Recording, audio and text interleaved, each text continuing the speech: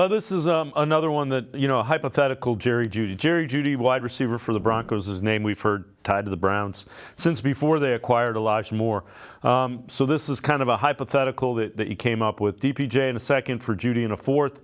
And there is the option for Jeudy coming up next season as well. Take us through that and kind of your thoughts with this one.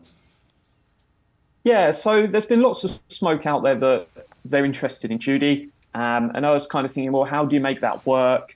You probably need to move off DPJ because, hey, it's all right adding players, and the same thing with people wanting running backs. You've got to then let someone go. So DPJ then makes sense to move off.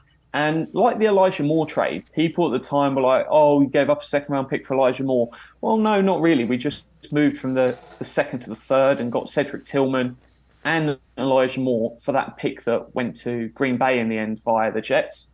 And that's the kind of move that makes a lot of sense, because people look at the second round pick, panic, but when you sit down and you start looking at these draft boards and sort of the modern one, the Fitzgerald Spielberger, so a couple of guys from Over the Cap, developed one that looks more at the trade value and a much more sort of analytically driven approach. Roughly the difference between that second round and a fourth rounder is pick 152, I believe, or 154 off the top of my head.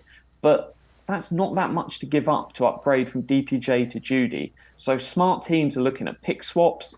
And if you can get value from doing it, by all means, go ahead, because that gives you a wide receiver, not just for this year, but for next year as well.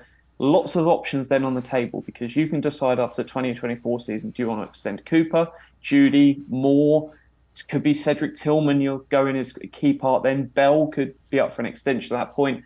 Maybe draft another player. You've got lots of options. Lots of young talent. Always the best place to be as a team.